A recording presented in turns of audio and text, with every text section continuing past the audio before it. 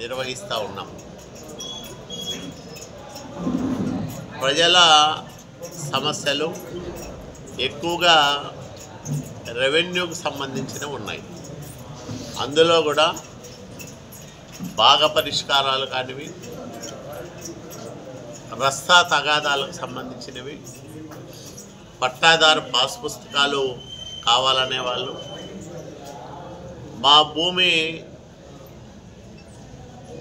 Register ప్రకారము ఇంత విస్తీర్ణం ఉంటే ఆన్లైన్లో పూర్తి విస్తీర్ణము నమోదు కాలేదనే ఫిర్యాదులు ఇట్లాంటివి ఎక్కువగా వస్తూ ఉన్నాయి.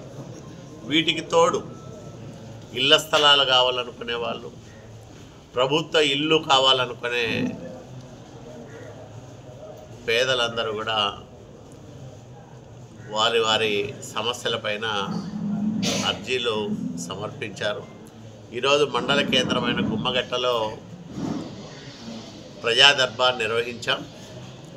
150 మంది అర్జీలు ఇచ్చారు వివిధ రకాల సమస్యలపైన.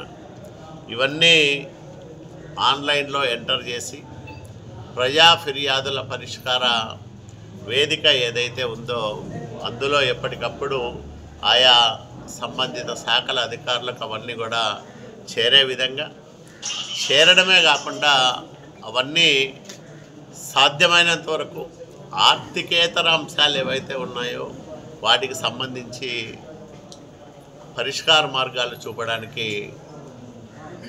తప్పకుండా ప్రయత్నం చేస్తాం. అధికారులందరినీ కూడా నిన్ననే ఆ రకంగా ఆదేశాలు ఇవ్వడం జరిగింది. క్షేత్రస్థాయిలో ఎక్కడికక్కడ సమస్యలు పరిష్కారం అయితే రైతులు పడుతున్న ఇబ్బందులు చాలా వరకు తగ్గుతాయి. ఇప్పుడు జూను మాసం వరకు మనకి వ్యవసాయ సీజన్ ప్రారంభమయ్యేదానికి సమయం ఉంది.